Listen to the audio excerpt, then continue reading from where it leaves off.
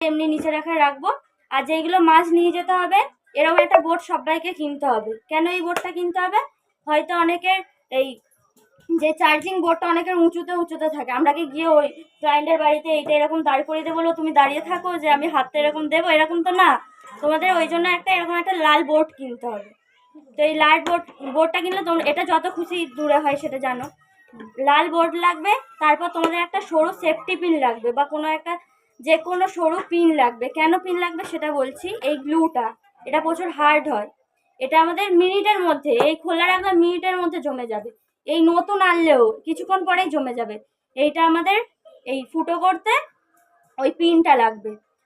আর তোমাদের ক্লায়েন্টের বাড়িতে গিয়ে তো তোমরা বলবে না আমাদের পিন লাগবে, একটু পিন দাও, আমরা এটা ফুটো করবো, না তো বলা যায় না। না, এমনি নিজেদের মধ্যে হলে বলা যায় যে একটা পিন দাও, আমি আনিনি এরকম কিছু। কিন্তু সবসময় আমাদের একটা পিন ক্যারি করতে হবে, সবসময় কিছু নিয়ে আর না নিই একটা পিন ক্যারি করতে হবে। আর এই জিনিসটা